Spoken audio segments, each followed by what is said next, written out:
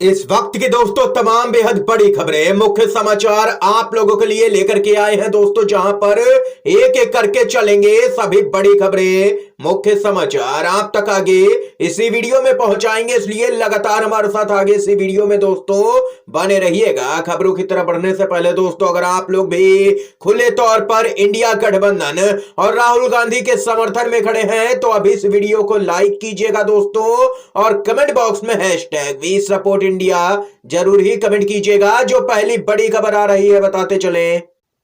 लोकसभा के चुनाव से पहले यूपी के अंदर बीजेपी के सांसद अब खदेड़े जाने लगे हैं। जी हां दोस्तों, खबर आ रही है गौतम बुद्ध नगर से, जहां पर भाजपा के सांसद डॉक्टर महेश शर्मा वोट मांगने गए लोगों ने विरोध कर धक्के मार करके बाहर किया है उनको। स्थानीय लोगों ने कहा भाजपा मुर्दाबाद के यहां पर नारे लगाए गए हैं। बताते चलें, एक यूजर ने कहा है कि गौतम बुद्ध नगर भाजपा सांसद महेश शर्मा के खिलाफ जनता ने जो आक्रोश दिखाया और भाजपा विरोधी नारे लगाए, ऐसा ही माहौल पूरे उत्तर प्रदेश में बीजेपी के खिलाफ बनने वाला है। मोदी भाजपा की अब जनता की वोट की चोट से विदाई साफ तौर पर दिख रही है, ये यहां पर लोगों का मानना है। यूपी की जनता अब और भी आक्रामक हो गई है बीजेपी को लेकर के। जबरदस्त गुस्सा देखने को मिल रहा है बीजेपी सांसदों को लेकर के जमीनी स्तर पर।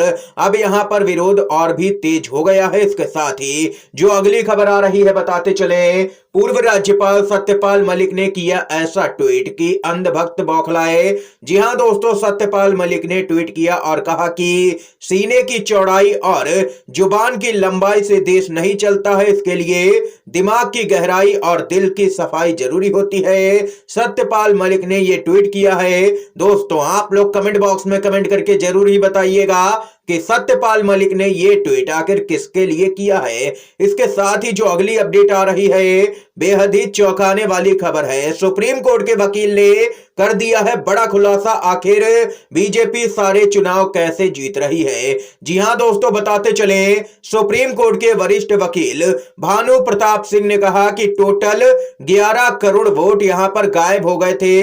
2019 के चुनाव में 5 करोड़ मुसलमान की वोट यहां पर गायब हुए और 6 करोड़ दलित के वोट गायब यहां पर किए गए बीजेपी की तरफ से। सुप्रीम कोर्ट के वरिष्ठ वकील भानु प्रताप ने यहां पर ईवीएम मशीन को हटाने की मांग की है। बोले 2024 का लोकसभा चुनाव बैलेट पेपर से ही होना चाहिए। दरअसल दोस्तों, बताते चलें, भानु प्रताप ने कहा है कि बीजेपी सिर्फ ईवीएम के जरिए ही बेईमानी नहीं करती है, बीजेपी कई स्तरों पर बेईमानी करती है। बीजेपी उन लोगों के वोट ही कटवा देती है जो सीधे तौर पर यहां पर विपक्षी पार्टियों के समर्थक हैं, उनके वोट ही यहां पर काट दिए जाते हैं, जिससे कि यह भी एक बड़ी धांधली है और चुनाव आयोग इस पर कोई भी कार्रवाई नहीं कर रहा है। ऐसा ही खुलासा यहां पर कुछ अखिलेश यादव ने हाल ही में किया था और कहा था कि कई विधानसभा सीटों और लोकसभा सीटों से ऐसी ही खबरें सामने निकल के आ रही हैं कि उनके समर्थकों के वोट ही काट दिए गए। इसके साथ ही दोस्तों, बड़ी खबर आ रही है, सुप्रीम कोर्ट में बन सकता है इतिहास, पहली बार एक साथ होंगे 3 दलित जज। कॉलेजियम ने कर दी है सिफारिश। जी हां दोस्तों, सुप्रीम कोर्ट के कॉलेजियम ने कर्नाटक हाई कोर्ट के chief justice Prasanna B Varale को शीर्ष अदालत के जज के रूप में प्रमोट करने की सिफारिश की है। यदि पीबी वराले के नाम को सरकार की हरी झंडी मिल जाती है तो इतिहास में यह पहली बार होगा जब सुप्रीम कोर्ट में एक साथ 3 जज दलित समुदाय से होंगे। यह खबर सामने निकल के आई है। इस खबर के बाद बीजेपी और उनके समर्थकों में पूरी तरह से सन्नाटा छाया हुआ है दोस्तों। इसके साथ ही बड़ी अपडेट आ रही है, ईडी के खिलाफ रांची की सड़कों पर उतरे हैं लोग। सड़कों पर ढोल नगाड़े के साथ उतरे आदिवासी संगठन। सीएम हेमंत के समर्थन में लगे नारे, ईडी को दे दी है चेतावनी। प्रदर्शन की अगुवाई कर रहे केंद्रीय सरना समिति के अध्यक्ष अजय तिर्की ने कहा है कि अगर केंद्र की बीजेपी सरकार के इशारे पर केंद्रीय एजेंसियां अपने रवैये से बाज नहीं आई तो आने वाले दिनों में विरोध और भी तेज होगा। इसके साथ ही साथ जयराम रमेश का बड़ा बयान, बोले भारत जोड़ो न्याय यात्रा असम में 6 दिनों तक चलेगी, कोई भी शक्ति इस यात्रा को रोक नहीं सकती है। करारा जवाब दिया है हेमंत बिस्वा शर्मा को। और वहीं भारत जोड़ो न्याय यात्रा लेकर के असम पहुंचे कांग्रेस के नेता राहुल गांधी ने बीजेपी और आरएसएस पर निशाना साधा।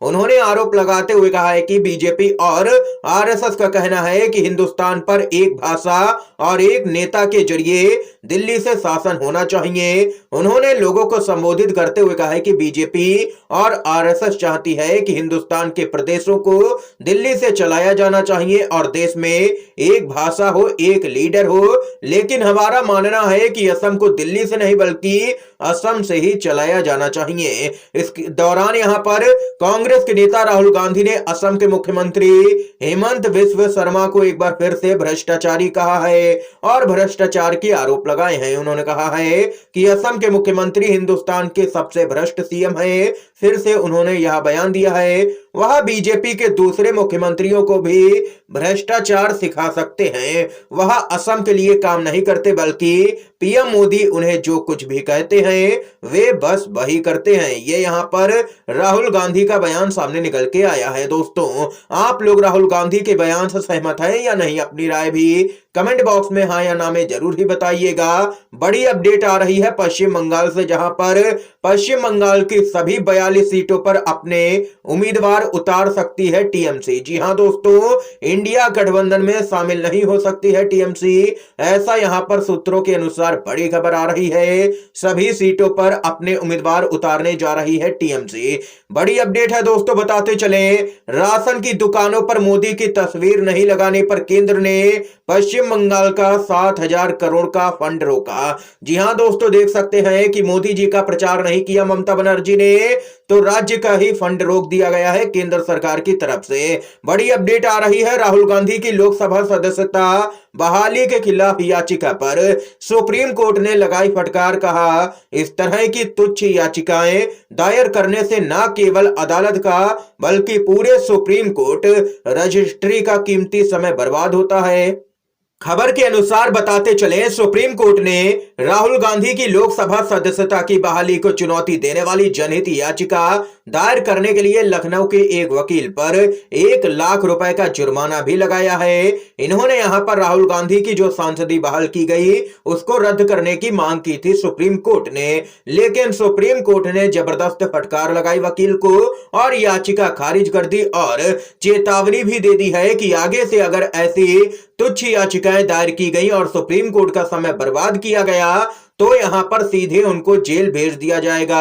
ये यहां पर सुप्रीम कोर्ट ने बड़ी चेतावनी दे दी है और 1 लाख रुपए का जुर्माना भी लगाया है। इसके साथ ही दोस्तों बड़ी खबर आ रही है इंडिया गठबंधन की तरफ से। जी हां दोस्तों, अब लगभग ये तय हो गया है कि पंजाब में कांग्रेस और आम आदमी पार्टी के बीच में कोई गठबंधन नहीं होगा। एआईसीसी ने राज्य इकाई को सभी 13 सीटों पर चुनाव लड़ने का निर्देश दिया है। यह पीसीसी की भी मांग थी। अकेले लड़ने का फैसला दोनों पार्टियों के लिए अच्छा है और इससे बीजेपी को कोई भी फायदा पंजाब के अंदर नहीं होगा, क्योंकि बताते चले आम आदमी पार्टी सत्ता में है और कांग्रेस विपक्ष में है। अगर ये लोग गठबंधन करते हैं तो इसका सीधा फायदा बीजेपी को हो सकता है। इसीलिए यहां पर आम आदमी पार्टी और कांग्रेस गठबंधन नहीं करेंगे और एक फ्रेंडली मैच यहां पर होगा पंजाब के अंदर।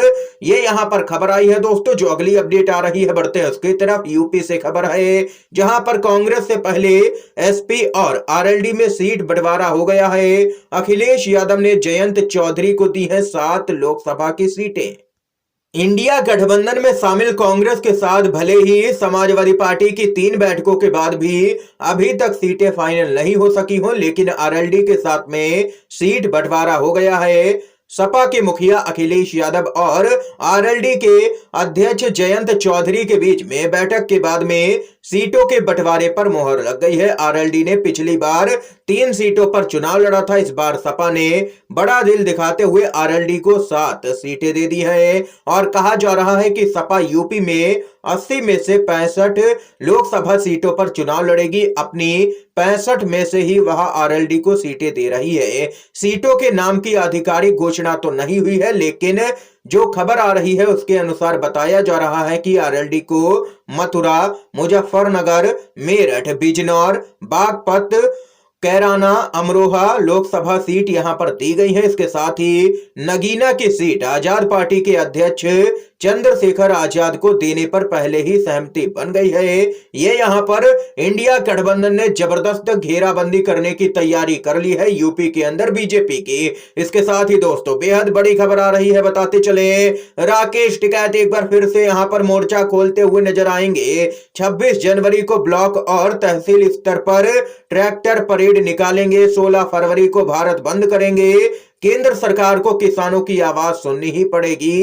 राकेश टिकैत का आ गया है बेहद ही बड़ा बयान, खोल दिया है मोर्चा। उनका कहना है कि सरकार ने एमएसपी लागू करने का यहां पर वादा किया था, लेकिन उसको अब तक पूरा नहीं किया गया है, इसलिए किसान मजबूर है एक बार फिर से सड़कों पर उतरने के लिए। ये कहना है राकेश टिकैत जो कि किसान नेता हैं। इसके साथ ही बड़ी खबर आ रही है, ईडी ने बिहार के डिप्टी सीएम तेजस्वी यादव और लालू यादव को भेजा समन। इस दिन यहां पर पूछताछ के लिए तलब किया गया है। आरजेडी के प्रमुख लालू प्रसाद यादव और बिहार के उप मुख्यमंत्री तेजस्वी यादव को ईडी ने लैंड फॉर जॉब मामले में नया समन भेजा है।